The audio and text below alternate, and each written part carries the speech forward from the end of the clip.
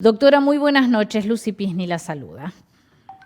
¿Qué tal, Lucy? ¿Cómo te va? Buenas Muy bien. noches, un placer compartir contigo. Gracias, igualmente. La verdad que un tema bastante importante, el saber cómo defenderse respecto de estas situaciones cuando el trabajador o la trabajadora se vuelve víctima de violencia. Y digo trabajador o trabajadora porque la violencia no tiene género y sobre todo en el ambiente del trabajo. Es muy importante que los trabajadores puedan identificar estas situaciones y se pueda poner en conocimiento del superior jerárquico inmediato, y de la empresa para la cual está trabajando respecto de la situación que está viviendo.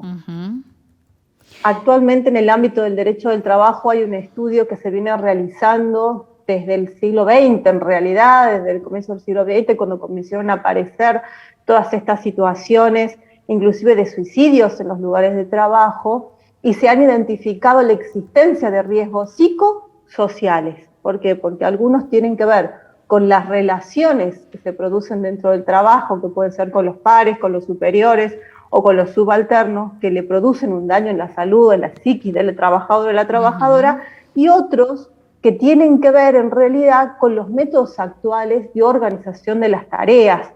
Hoy, si te pones a pensar, los métodos actuales de organización del trabajo exigen a las personas que trabajan evaluaciones individualizadas de desempeño constante, métodos impuestos de calidad total, subcontratación en muchos casos que le produce al trabajador una incertidumbre respecto de su continuidad laboral. Eso también se traduce en un daño para la psique de los trabajadores que a largo plazo también les incide. Hay muchas normas de cómo realizar las tareas que le impide al sujeto expresarse a sí mismo, sobre todo, por ejemplo, en empresas que tienen cuestiones estandarizadas de métodos de realizar determinadas funciones. Se ve mucho, por ejemplo, en las actividades de servicio. ¿Viste cuando vos llamás por teléfono a un call center? Sí, que te todo automatizado. Todo igual. Sí. Todo automatizado. Bueno, imagínate, por ejemplo, un sujeto que tiene que atender el teléfono todo el día, reclamos. Todo el tiempo está teniendo reclamos. Y no puede salirse de un speech específico para resolver cada reclamo. Y sin embargo, cada uno de esos reclamos es diferente. Claro. Y trata con sujetos distintos. El estrés que le produce a la persona es grandísimo. Esto se traduce muchas veces en crisis de ansiedad, depresión y demás. Eso tiene que ver con la organización. Bien. Y por otro lado, tenés la violencia, tenés el acoso, tenés el hostigamiento, y son conductas nocivas que se producen en el ambiente laboral. La persona que constantemente no te deja hacer tu trabajo como tiene que ser, que se genera un mal ambiente laboral, el violento, el que te levanta la voz, el que te empuja, el que te grita, el que te acosa. Son dos cosas distintas, pero todas merecen protección. Y el trabajador y la trabajadora tiene hoy formas de defenderse. ¿Cómo tiene que hacerlo? Dar aviso. ¿Qué ha pasado con el home office? Porque también, si bien hay una cierta reglamentación de cómo se puede trabajar desde el hogar, también hay acoso en ese sentido, en el hecho de que todo el día, sin límite de horario, por allí te piden alguna cuestión relacionada con lo laboral, o perdés derechos adquiridos si trabajás de manera presencial y ahora lo haces desde la casa. ¿Qué ha pasado con esto de la pandemia? En realidad son dos cosas distintas, el home office con el teletrabajo. La normativa que hoy tenemos es de teletrabajo y es para las personas que las van a contratar para realizar trabajo desde su casa para brindar servicios de distinto tipo. Distinto es el sujeto que hacía actividad presencial y que hoy a raíz de la pandemia está haciendo home office. A lo que vos te referís es al derecho a la jornada laboral, es decir, yo entro a trabajar a las 8, salgo a las 2 de la tarde, a las 2 de la tarde no quiero recibir mails, ni WhatsApp, ni nada por el estilo. La ley de teletrabajo prevé la imposibilidad, la prohibición de mandar este tipo de comunicaciones a los trabajadores. Pero la gente que hoy está haciendo home office no está haciendo teletrabajo en términos de la ley de teletrabajo, no ha sido contratado para hacer teletrabajo. El trabajador en este caso no es que recibe un acoso laboral, no, está sometido a una presión, que es lo que yo te decía, estos métodos de organización del trabajo. Eso no es acoso laboral. Acoso laboral es si yo, por ejemplo, A vos, si soy tu compañera de trabajo, si soy tu jefe, constantemente no te dejo realizar bien las tareas.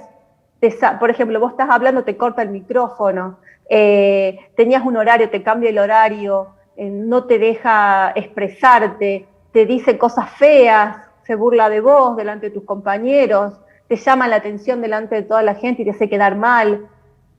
Eso sería acoso laboral. Bien. En algunos casos llega a lo físico, Claro. O sea, he tenido clientas con acoso ya físico, acoso sexual, o sea, existen distintos tipos y niveles de acoso. Bien. Pero son distintos. Una cosa es la organización del trabajo que se vuelve nociva para la psique del sujeto, y otra cosa son estas conductas que yo te decía al principio, que son conductas, inconductas en realidad, que producen un daño en el psique del sujeto. Bien, ¿Cómo accionar ante estos casos? O por allí también se da con el tema de los salarios que no se pagan en tiempo y forma.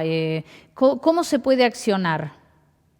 Yo creo que me estás preguntando para los casos en los que las personas tienen, por ejemplo, una carpeta psiquiátrica porque tiene una depresión, una ansiedad y no le pagan el sueldo. ¿A eso te referís? No. Un trabajador que cumple habitualmente su tarea, pero bueno, no se le respetan esos derechos, ¿no? Como cobrar en tiempo y forma, o vos decías antes, el que está bajo el reglamento de teletrabajo no es lo mismo que home office. Esa persona no tiene un horario de todas maneras para trabajar. Todos tenemos un... Claro. La jornada laboral es legal. Hoy yo entro a trabajar una hora y salgo una hora. Todo lo que yo trabaje fuera de eso hora se considerará hora extra. Perfecto. ¿Sí? Eso es una cosa. Bueno, ahora, ¿y cómo si a mí no me accionar? pagan el sueldo, no me respetan la jornada o no me pagan las horas extras, hay que mandar un telegrama obrero como una intimación fehaciente. Bien. Todo lo que ustedes reclamen como trabajadores, yo siempre les recomiendo hacerlo por medio de un telegrama obrero. Es gratuito para el trabajador el envío. Es decir, vos vas al correo y el correo gratuitamente te envía las comunicaciones de este tipo. Ajá, si, por ejemplo, bien. Llega el cuarto día hábil, que es el día en el que todos tenemos que cobrar nuestros salarios y a mí no me han pagado, yo puedo intimar al cobro de mi salario. Porque yo tengo hasta el cuarto día hábil. Entonces, bien. No me han pagado, intimo el cobro del salario, sí o sí. Estoy viviendo una situación de acoso laboral, estoy viviendo una situación de violencia, notifico a mi empleador, con fecha tanto, de parte de tal persona, recibí tal. Siempre con este tipo de telegramas.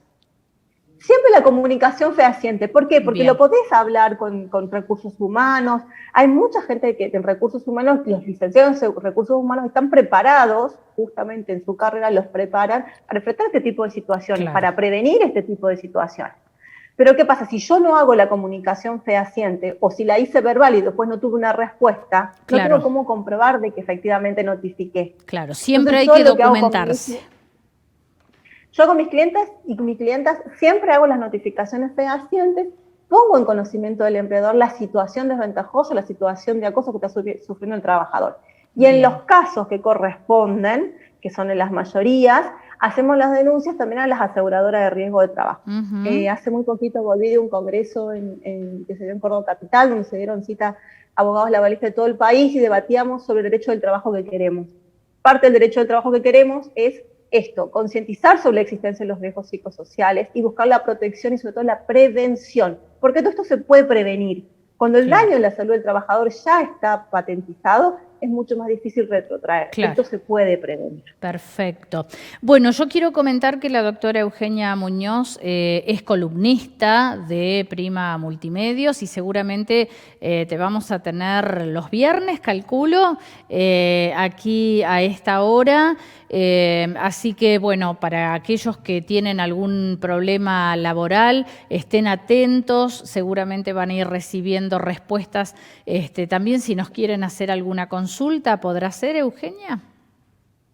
Sí, puede mandar alguna pregunta general. Hay algo que es la ley arancelaria del Colegio de Abogados de Neuquén y nosotros no podemos brindar consultas gratuitas. No, claro. Sinceramente lo que podemos hacer es brindar información a los trabajadores en general.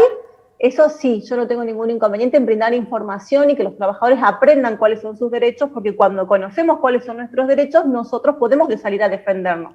Podemos salir a buscar quién nos representa y quién nos ayuda a patentizarlos. Bien. Así que de mi parte, toda la información que haga falta. Genial. No vamos a convertir esto en un estudio jurídico, pero sí por ahí las preguntas nos guían hacia los temas más relevantes o los de mayor interés donde podemos profundizarlos.